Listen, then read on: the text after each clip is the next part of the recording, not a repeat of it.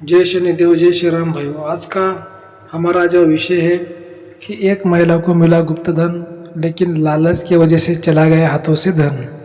इसके बारे में आज हम चर्चा करने वाले हैं, विश्लेषण करने वाले हैं। अगर आपने चैनल को सब्सक्राइब फॉलो नहीं किया तो सबसे पहले चैनल को सब्सक्राइब करिए, फॉलो करिए, लाइक करिए, शेयर करिए। देखिए भाई, आप सब लोग जानते हैं कि हमारे खानदान में 5 पीढ़ियों से इंद्रजाल विद्या, नारायणी विद्या, अघोरी विद्या चलती आ रही है। और जो मेरे दादा गुरु थे, सबसे बड़े विद्वान पंडित तांत्रिक थे। इसके वजह से जो मेरे पास जो तंत्र शास्त्र का जो कुछ ज्ञान है, मैं आपको हमेशा उसकी सही जानकारी देने की कोशिश करता हूँ।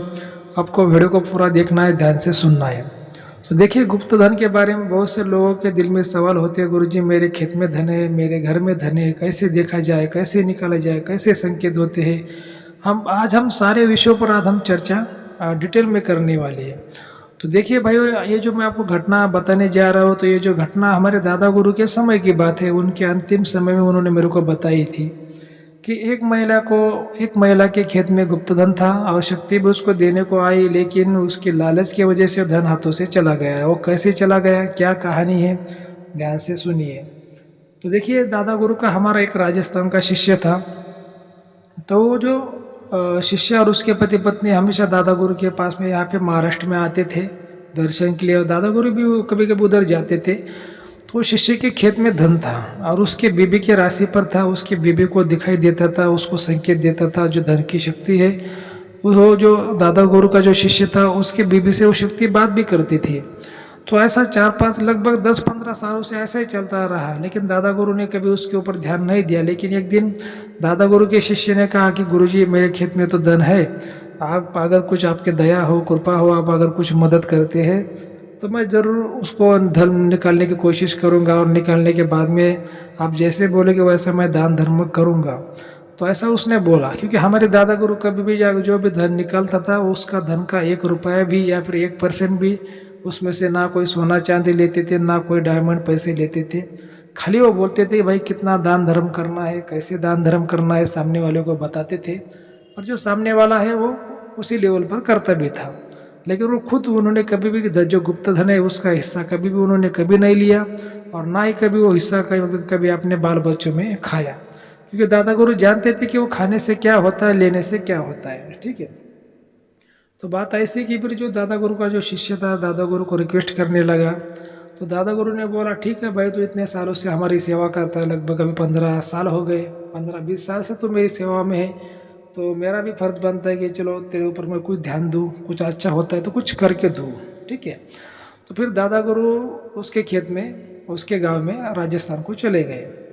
तो देखिए भाइयों, सबसे पहले आपको इस बात को नोट करना है, ध्यान में रखना है कि देखिए, अगर आप कोई भी गुरु करते हैं तो एकदम से कोई भी गुरु शिष्य के ऊपर भरोसा नहीं करता। पहले आपको सेवा ही करनी पड़ती है। जब आप सेवा करते हो, गुरु का तन मन धन से आप गुरु की सेवा करते हो, उसका दिल आप जब जीत लेते हो, तभी गुरु आपकी मदद करता है।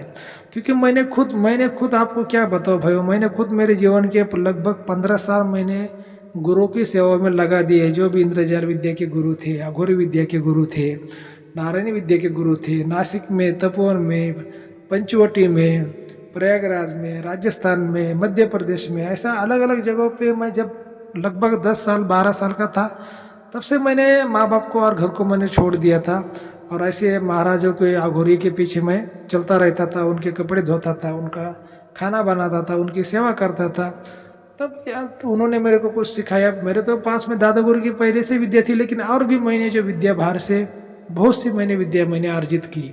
ठीक है। ऐसी कोई विद्या नहीं बची दुनिया में कि मैंने वो ना देखी है, और ऐसा कोई तंत्र मंत्र ना बचा कि वो मैंने ना देखा हो क्या। तो वैसी बात है कि पहले सेवा करनी पड़ती है। तो देखिए भाई, वो बात ऐसी है कि जब दादा गुरु का जो शिष्य था, 15-20 साल से दादा गुरु को दक्षिणा भी देता था, आश्रम के लिए दान धर्म करने के लिए बहुत बड़ा कुछ अनाज भी देता था हर साल को। तो दादा गुरु को उसकी मदद तो बिल्कुल करने की इच्छा तो होने वाली थी। तो दादा गुरु उसके खेत में चले गए राजस्थान को, और देखा दादा गुरु ने उसके खेत में, तो वहाँ पे सच में बहुत बड़ा एक खजाना था, जमीन के अंदर खजाने का जो घर था।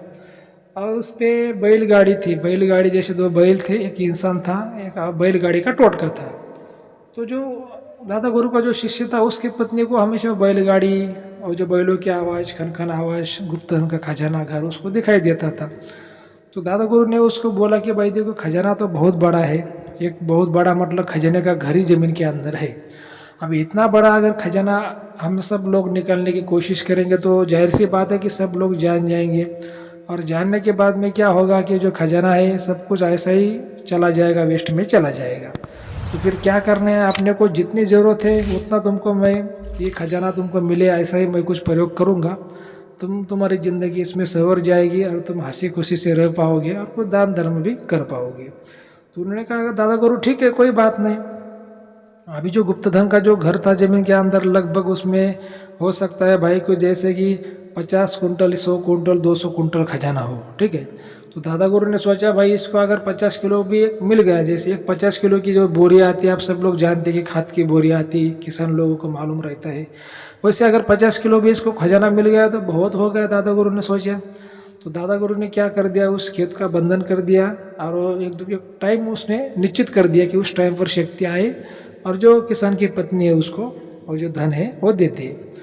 तो दादा गुरु ने फिर वहाँ पे पूरा बंधन करके दादा गुरु ने उनके घर पर वापस खेत से लौट आए। उन्होंने बोला दादा गुरु ने पति पत्नी को कि भाई देखो, अभी जो आने वाला जो पूनम का जो दिन है, तो उस पूनम का दिन हो चाहे रात्र हो, उसमें शक्ति आएगी और तुमको देने की कोशिश करेगी, तो तुमको लेने का है, जितना देती है उतना लेने का है, और फिर शक्ति चली जाएगी, दोबारा फिर तुमको नहीं मिलेगा। ऐसा दादा गुरु ने उनको सबको बता दिया और फिर दादा गुरु वहाँ से निकल आए, ठीक है।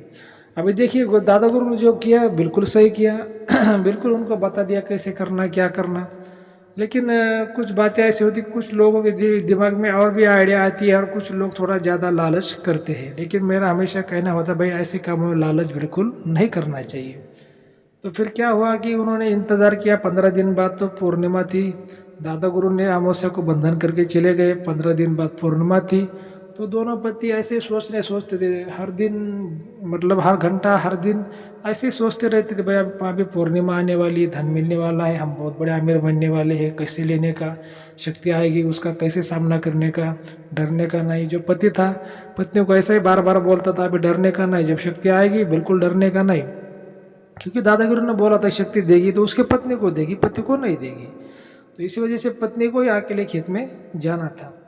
अगर पति पत्नी को डर भी लगता है तो फिर डरने के बाद शक्ति तो नहीं देगी। अगर पति को साथ में रहना तो कहीं दूर रहना है, जैसे लगभग 200-300 मीटर के दूरी में, ऐसा दूर रहना, लेकिन पास में नहीं रहना।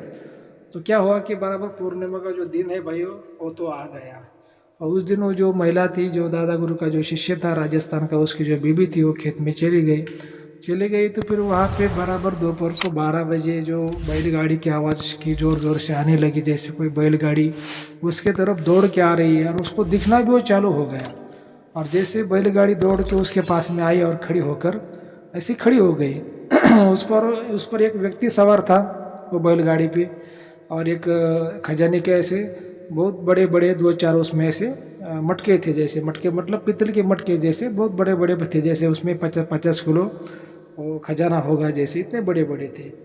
तो जो बैलगाड़ी पर जो इंसान था तो उसको बोलने लगा कि क्या करो कि तुम इसमें से तुमको जितना लेना है उतना ले लो और मेरे को यहाँ से जल्दी जाना है। अभी उसने जो औरत थी, जो दादा गुरु का जो शिष्य था उसकी जो बीबी थी, तो जो औरत थी तो उसने क्या करा कि वो घड़ा उठाने की कोशिश की जो बैलगाड़ी में से, उसको घड़ा उठाया नहीं जा रहा था। अभी 50 किलो का घड़ा किसी पुरुष को भी जल्दी उठाया नहीं जाता, तो औरत को कैसे उठाया जाएगा, ये तो एक सोचने वाली बात है ना। तो उसने बहुत उठाने की कोशिश की लेकिन वो नहीं उठा जा रहा था। तो फिर उसको क्या लगा कि उसका पति तो दूर था, पास में तो नहीं था, लेकिन उसका कुछ पास में छोटा मोटा जो खेत में लोग घर बनाते हैं ना, जैसे गाय भैंस के लिए, तो उस घर में कुछ ना कुछ ऐसा बोरी पड़ी हुई थी, जो किसान लोग जो खेत में खाद देते हैं उसकी ऐसी बोरी पड़ी हुई थी। तो उसको लगा मैं क्या करूँगी, अभी उठा तो नहीं जा रहा, मैं क्या करूँगी, ऐसी बोरी में इसको ऐसा गाड़ी में से ये मटके का धन है वो खींच लूँगी और फिर ये बैलगाड़ी चली जाएगी। तो वो क्या वो एक फिर वो झोपड़ी की तरफ दौड़ के भागी वो बोरी लेने के लिए, और पति को भी ज़ोर ज़ोर से आवाज़ दिया, रहा इधर आओ, ऐसा ज़ोर ज़ोर से आवाज़ दिया। और तब तक वो जो बोरी उसको तो मिल गई, लेकिन जब तक वो बैलगाड़ी के पास में जब आ गई तभी वो बैलगाड़ी गायब हो गई। लेकिन उसमें से एक सिक्का नीचे गिर गया था, ठीक है, एक सिक्का नीचे गिर गया था। जब वो महिला वो जो घड़े को उठाने की कोशिश कर रही थी उस समय एक सिक्का बैलगाड़ी से नीचे गिर गया था। तो उतना एक सिक्का उसको मिला, बाकी बैलगाड़ी पूरी गायब हो गई। उसके बाद में फिर वो दादा गुरु के पास में वो एक सिक्का लेकर आए और दादा गुरु को बोलने लगे, गुरु जी ऐसा ऐसा हुआ। तो दादा गुरु ने बोला कि भाई मैंने तुमको पहले से बोला था कि शक्ति ज़्यादा टाइम तक वेट नहीं करेगी, तुम जितना निकाल सकते हो, जितना उठा सकते हो उतना उठाने का। क्या भले तुमको 50 किलो का घड़ा अगर नहीं उठाया जा रहा तो तुम तुम्हारे साड़ी में हो, कैसे भी कपड़े में हो, जितना भी 50 100 सिक्के 200 सिक्के 400 500 जितना भी उठा लेती तुमको जेब में काम आ जाते। तो वो जो उस समय भाई वो जो एक सिक्का था उस समय में लगभग वो 10,000 का भरा था। दादा गुरु के समय की बात है, मतलब तब के 10,000 तो मेरे हिसाब से आज के वो 1,00,000 रुपए का सिक्का, एक सिक्का 1,00,000 का हो सकता है। तो आप सोच सकते हैं कि अगर वो जो महिला ने बहुत सा धन अगर वो उठा ली थी उसके साड़ी में हो, कैसे भी हो, तो कितनी आमदनी बनती आज के ज़माने में। तो ऐसी बात है कि भगवान तो देता है, कभी कभी गुरु की भी कृपा होती है, लेकिन लोग लालच में लोगों की जो बुद्धि होती है वो काम नहीं करती और लालच में जो आया है वो भी चला जाता है। तो ऐसी बातें होती है भाई, वो कभी भी जीवन में लालच नहीं करना चाहिए। गुरु के जो शब्द होते हैं बहुत अनमोल होते हैं, अमृत जैसे होते हैं, लाखों में भी उसकी कीमत नहीं की जाती। जब कोई गुरु आपको बोलता है, लेक्चर देता है, कुछ बताता है, तो आपको बहुत ध्यान से सुनना पड़ता है। कभी दिल में लालच आपको नहीं रखना पड़ता, ऐसी बात होती है। और हमेशा मैं आपको कहता हूँ कि गुरु करिए, अच्छा गुरु करिए, जिसके पास में त्रिगुण का, त्रिविद्या का, त्रिशक्ति का ज्ञान है। त्रिगुणात्मक गुरु करिए, तभी वो गुरु आपकी सही तरीके से मदद कर पाता है। अगर किसी गुरु के पास में एक ही गुण का ज्ञान है, बाकी गुणों का ज्ञान नहीं है, या फिर वो गुरु अगर एक ही गुण को श्रेष्ठ मानता है, बाकी को नीचा मानता है, तो ऐसा भी गुरु आपकी मदद नहीं करता। ऐसा भी गुरु नहीं करना चाहिए। तीनों गुणों का ज्ञान होना चाहिए, ऐसा त्रिगुणात्मक गुरु करना चाहिए। जैसे हमारे गुरु दत्तात्रेय भगवान थे, वैसे आपको एक अच्छा गुरु करना चाहिए भाइयों। तो ठीक है, अगर आपको आज का वीडियो अच्छा लगा है तो चैनल को फॉलो करिए, सब्सक्राइब करिए, लाइक करिए, शेयर करिए। जय शनिदेव, जय श्री राम, धन्यवाद।